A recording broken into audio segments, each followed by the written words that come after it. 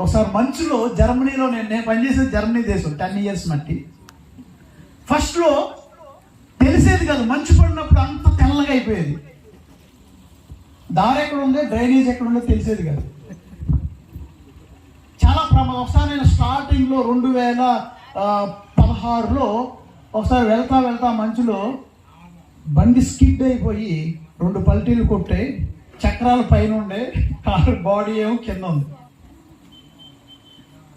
లోపల ఉండిపోయే ఎవరో ఉత్తాస్ పిల్లోడు వాళ్ళ పేరెంట్స్ కలిసి అటు వెళ్తూ ఇది జోజప్ప ఫాదర్ గారి కారు అని వాళ్ళు నా దగ్గరికి వచ్చి ఒక సుత్తి తీసుకున్న అద్దాలు పాల్గొట్టారు.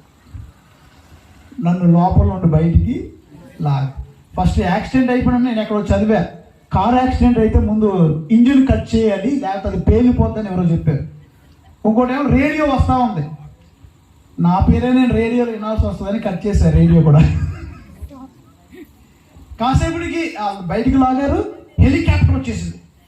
ఆ దేశాల్లో ప్రాణం అంటే చాలా విలువ. వెంటనే అక్కడ హెలికాప్టర్ వచ్చింది, అక్కడ కూడా ఒక మైక్ పెట్టలేము. హెలికాప్టర్ వచ్చింది, నన్ను బయటికి తీశారు. కానీ ప్రియులారా, ఆ రోజు శనివారం నేను పూజ నుంచి వస్తున్నా, నాకేమవునా కాలు ఎరగల, చెయ్యి ఎరగల.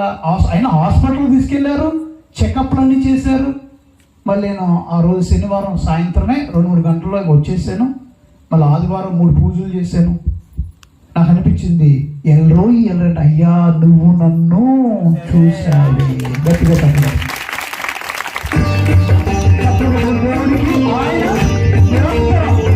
మనం చూస్తారు, నిన్ను చూస్తారు, నిన్ను చూస్తారు, నిన్ను మాత్రమే చూస్తుంటారు.